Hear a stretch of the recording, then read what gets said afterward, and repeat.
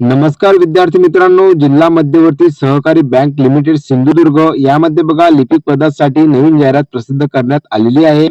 या पदासाठी शैक्षणिक पात्रता काय लागते, वयोमर्यादा किती राहील व परीक्षेचे स्वरूप कशा प्रकारे राहणार आहे, याची संपूर्ण माहिती मी तुम्हाला आजच्या व्हिडिओमध्ये देणार आहे. म्हणून व्हिडिओला तुम्ही शेवटपर्यंत नक्की बघा. व्हिडिओ खूप महत्त्वपूर्ण होणार आहे. आणि चॅनलवरती पहिल्यांदा आले असाल तर चॅनलला सबस्क्राईब करायला विसरू नका, जेणेकरून प्रत्येक नवीन भरतीची अपडेट सर्वप्रथम तुमच्यापर्यंत मिळत राहील. तर चला आपण व्हिडिओला सुरुवात करूया.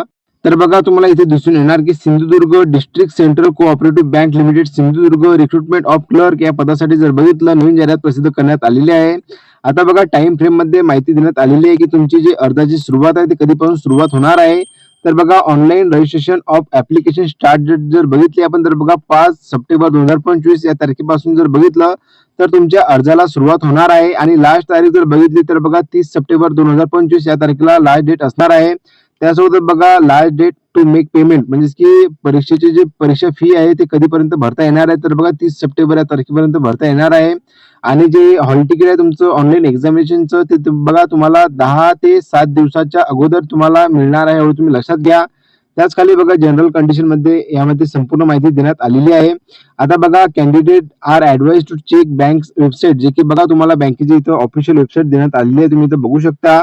आता बघा यामध्ये कोणकोणते महत्वाचे पॉईंट आहेत ते आपण जाणून घेऊया. सर्वात आधी जर बघितलं तुम्हाला इथं पोस्ट बद्दल माहिती देण्यात आलेली आहे, जे की बघा क्लर्क म्हणजे की लिपिक पदासाठी ही जाहिरात आलेली आहे. नंबर ऑफ वॅकन्सी जर बघितली तर बघा 73 म्हणजे की 73 ही जी जागा निघालेल्या आहेत या पदासाठी.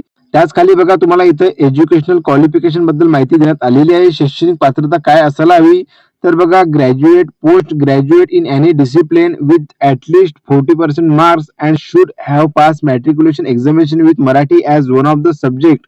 तर बघा आता यामध्ये काय सांगण्यात आलेलं आहे की ग्रॅज्युएट अँड पोस्ट ग्रॅज्युएट जर तुमचं एनी डिसिप्लिन म्हणजे की कोणत्या पण क्षेत्रात झालेलं असेल तर तुम्ही यासाठी अप्लाय करू शकता. त्यासोबत बघा तुमचं मॅट्रिक्युलेशन एक्झामिनेशन जे आहे त्यामध्ये जर बघितलं तर मराठी हा जो सब्जेक्ट आहे ते असायला हवा. आणि यामध्ये जर बघितलं तुमचे 40% मार्क्स असणं आवश्यक आहे. ग्रॅज्युएट आणि पोस्ट ग्रॅज्युएट यामध्ये बघा ज्या कोणा विद्यार्थ्यांची पदवी झालेली असेल किंवा पदव्युत्तर पदवी झालेली असेल कोणत्या पण डिसिप्लिन मध्ये म्हणजे की art commerce science engineering BTech म्हणजे कोणत्या पण क्षेत्रामध्ये जर तुमचं एज्युकेशनल क्वालिफिकेशन झालेलं असेल 40% मार्क्स तुम्हाला मिळालेले असतील तर तुम्ही यासाठी अप्लाय करू शकाल.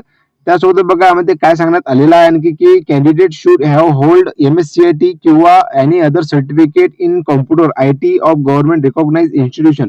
बघा यामध्ये जर बघितलं तुम्हाला लिपिक पदासाठी जर बघितलं आपण तर टायपिंग सर्टिफिकेट मागण्यात येते, पण यासाठी जर बघितलं तर MSCIT चं सर्टिफिकेट किंवा बघा एनी अदर सर्टिफिकेट जर तुम्ही केलेलं असेल कॉम्प्युटर या क्षेत्रामध्ये तर तुम्हाला ते लागणार आहे, एवढं तुम्ही लक्षात घ्या. This condition will not be applicable to those candidates who are graduate, post graduate in computer IT. बघा ज्या कोणी विद्यार्थ्यांचं कॉम्प्युटर IT मध्ये ग्रॅज्युएशन पोस्ट ग्रॅज्युएशन झालेलं असेल त्यांच्यासाठी क्रायटेरिया लागू राहणार नाही, एवढं तुम्ही लक्षात घ्या. त्यासोबत बघा candidates who have pursue bachelors master in law किंवा completed JAIIB CAIIB certification will be prefer केला जाणार आहे, म्हणजे की विद्यार्थ्यांना प्रिपेरेशन पहिले मिळणार आहे, एवढं तुम्ही लक्षात घ्या. एज लिमिट बद्दल जर बघितलं तर बघा मिनिमम 21 वर्ष आणि मॅक्झिमम जर बघितलं तर 38 वर्षापर्यंत तुम्ही अर्ज करू शकता. त्याच खाली बघा क्लर्क या पदासाठी किती वेतन श्रेणी दिल्या जाणार आहे मंथली. तर बघा clerk will be paid a stipend of ₹18,000 per month during the probation period. After successful completion of 18 months, the probationary clerk will be placed in the bank's regular clerk grade and will be paid total emoluments as per bank clerk pay scale. बघा सर्वात आधी जर बघितलं तुम्हाला 18 month जो probation period देण्यात येणार आहे आणि त्या प्रोबेशन पिरियड मध्ये तुम्हाला 18,000 मंथली सॅलरी देण्यात येणार आहे. आणि 18 मंथ प्रोबेशन पिरियड कंप्लीट झाल्यानंतर तुम्हाला बँकेचं रेग्युलर क्लर्क म्हणून काम करावे लागणार आहे आणि जेवढे काही तुम्हाला भत्ते आहे ते तुम्हाला मिळणार आहे, एवढं तुम्ही लक्षात घ्या. आता जर बघितलं तुम्हाला इथे क्लिअरली तर सांगण्यात आलेलं आहे की the probation period of probationary clerk shall be 18 month, म्हणजे की 18 महिन्याचा जो आहे तुमचा हे राहणार आहे प्रोबेशनरी पिरियड, एवढं तुम्ही लक्षात घ्या. त्याच खाली बघा ऍप्लिकेशन प्रोसिजर बद्दल माहिती देण्यात आलेली आहे की ऍप्लिकेशन कशा प्रकारे करायचे गाईडलाईन्स यामध्ये सांगण्यात आलेले आहे. सर्वात आधी बघा तुम्हाला ऍप्लिकेशन रजिस्ट्रेशन आणि त्यानंतर बघा payment of fees document scan and upload याबद्दलची संपूर्ण माहिती देण्यात आलेली आहे की तुम्हाला फोटोग्राफ कशा प्रकारे अपलोड करायचे आहे, सिग्नेचर लेफ्ट थंब इम्प्रेशन याबद्दलची संपूर्ण माहिती यामध्ये देण्यात आलेली आहे. आता बघा ही तुम्ही सविस्तर माहिती वाचून घेसाल, ही जी सविस्तर PDF आहे मी माझ्या टेलिग्राम चॅनलला दिलेली आहे. त्यावरून तुम्ही बघून घेसाल. आणि जो कोणी विद्यार्थी अजूनपर्यंत माझ्या टेलिग्राम चॅनलला जॉईन झालेला नसेल, लिंक जी आहे डिस्क्रिप्शन बॉक्समध्ये दिलेली आहे, त्यावरून तुम्ही जॉईन होऊ शकता. आता बघा या पद्धतीसाठी जर बघितलं की पेमेंट ऑफ फीज किती लागणार आहे, तर बघा इथे तुम्हाला application fees for all categories of candidate, जे की बघा तुम्हाला ₹15,000 प्लस 18% जीएसटी, 18% जीएसटी मिळून जर बघितले ₹1,500 लागणार आहे. आता बघा यामध्ये जर बघितलं तर प्रत्येक कॅटेगरीला लागणार आहे, एवढं तुम्ही लक्षात घ्या. इथं जर बघितलं की एससी, एसटी, ओबीसी अशा कोणत्याच कॅटेगरीना कमी पैसे देण्यात आलेले नाही आहे. सर्वांना जर बघितलं समान आहे. इथं 1500 एक्झाम फीस तुम्हाला लागणार आहे, एवढं तुम्ही लक्षात घ्या. त्याच खाली जर बघितलं आपण तर ही जी ऍप्लिकेशन फीज आहे ते नॉन रिफंडेबल असणार आहे, एवढं तुम्ही लक्षात घ्या. त्याच खाली बघा आणखी जर बघितलं की महत्वाचे पॉईंट कोणकोणते आहे, यामध्ये परीक्षेचे स्वरूप कशा प्रकारे राहणार आहे, संपूर्ण माहिती मी तुम्हाला सांगणार आहे, म्हणून व्हिडिओला तुम्ही शेवटपर्यंत नक्की बघा. आता बघा इथं सिलेक्शन प्रोसिजर बद्दल जर बघितलं, for post of clerk the selection of candidate will be on the basis of online examination and personal interview. बघा तुमची ऑनलाईन एक्झामिनेशन आणि पर्सनल इंटरव्ह्यू बेसिसवर तुमची जी ही पदाची निवड होणार आहे. Pattern of the online written test examination will be as under, जे की तुम्हाला इथं खाली देण्यात आलेले आहे की एक्झाम पॅटर्न बद्दल माहिती कशा प्रकारे आहे. तर बघा content of test examination, number of question, marks, version आणि टाइम बद्दल माहिती देण्यात आलेली आहे. सर्वात अगोदर जर बघितलं आपण तर बघा knowledge of banking and cooperation, याकडून जर बघितलं तर बघा 30 क्वेश्चन 30 मार्कासाठी येणार आहेत. Knowledge of computer and information and technology, याकडून जर बघितलं तर बघा 20 क्वेश्चन 20 मार्कासाठी.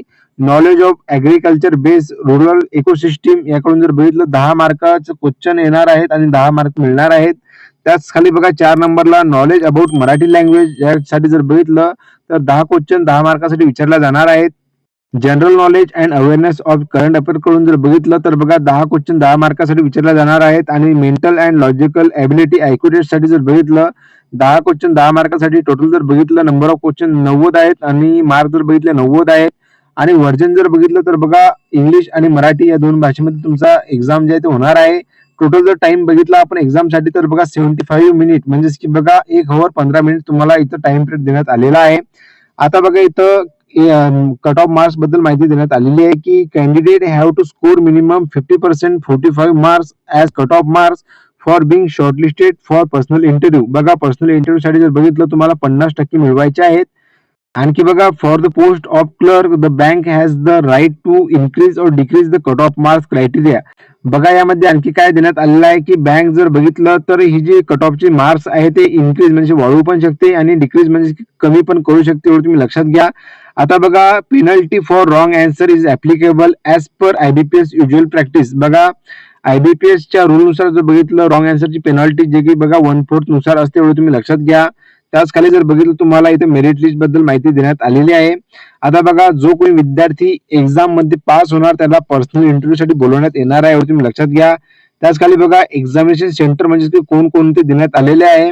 तर बघा यामध्ये फक्त जर बघितलं आपण तर 5 सेंटर यामध्ये देण्यात आलेले आहे, जे की बघा सिंधुदुर्ग, रत्नागिरी, पणजी, मडगाव आणि मापुसा हे जे 5 एक्झाम सेंटर आहे. या 5 एक्झाम सेंटर वरती तुमची एक्झाम होणार आहे, एवढं तुम्ही लक्षात घ्या. तर बघा अशा प्रकारची आजची माहिती मी तुम्हाला सांगितलेली आहे. आता बघा आणखी जर काही माहिती यामध्ये काही दिलेली नाही आहे. आता जर बघितलं टोटल जर बघितलं आपण या पदासाठी किती जागा आहेत तर बघा 73 जागा निघालेल्या आहेत. आणि या पदासाठी 5 सप्टेंबर 2025 म्हणजे की या तारखेपासून अर्जाला सुरुवात होणार आहे. बघा लिपिक पदासाठी जर बघितलं खूप चांगली पोस्ट आहे. ज्या कोणा विद्यार्थ्यांना करायची असेल बँकेमध्ये नोकरी तर बघा त्यांच्यासाठी सुवर्ण संधी आहे. आणि ज्यांच्यापर्यंत हा व्हिडिओ पोहोचला नसेल त्यांच्यापर्यंत नक्कीच हा व्हिडिओ शेअर करा, जेणेकरून त्यांना माहिती मिळेल व ते या पदासाठी अप्लाय करू शकतील. या भरतीची रेग्युलर अपडेट मिळवण्यासाठी माझ्या चॅनलला सबस्क्राईब करा आणि टेलिग्राम चॅनलला जॉईन व्हा, जेणेकरून प्रत्येक अपडेट तुम्हाला मिळत राहील. आणखी जर बघितलं तर बघा या भरतीसाठी आणखी एक महत्त्वाचा मुद्दा आहे जो की आपण बघितला नाही. तर बघा मी तुम्हाला समोर सांगतो की या भरतीसाठी जर बघितलं कोणता विद्यार्थी म्हणजे की फॉर्म भरू शकतो. यामध्ये असा एक पॉईंट देण्यात आलेला आहे की सिंधुदुर्ग जिल्ह्यातील जे रहिवासी आहे तोच विद्यार्थी यासाठी अप्लाय करू शकतो. याबद्दल मी तुम्हाला समोर सांगतो. तर बघा यामध्ये असा एक पॉईंट तुम्हाला इथे दिसून येणार आहे. तुम्ही इथं बघू शकता की यामध्ये सांगण्यात आलेलं आहे की the bank invites online application only from residents of Sindhudurg district for the post of clerk in the bank. म्हणजेच की बघा सिंधुदुर्ग बँक यामध्ये जर बघितलं तर जे कोणी सिंधुदुर्ग जिल्ह्यातील रहिवासी आहेत तेच या भरतीसाठी अप्लाय करू शकतील, एवढं तुम्ही लक्षात घ्या. आणखी जर तुमचे काही डाऊट असतील या भरतीबद्दलचे तर नक्कीच मला कमेंट बॉक्समध्ये कळवा, जेणेकरून मी तुमच्या प्रश्नांची उत्तर देऊ शकेल. व्हिडिओ आवडला असेल तर लाईक शेअर कमेंट करायला विसरू नका. तर चला भेटू आपण पुन्हा एकदा नवीन व्हिडिओमध्ये नवीन भरतीची अपडेट घेऊन. धन्यवाद.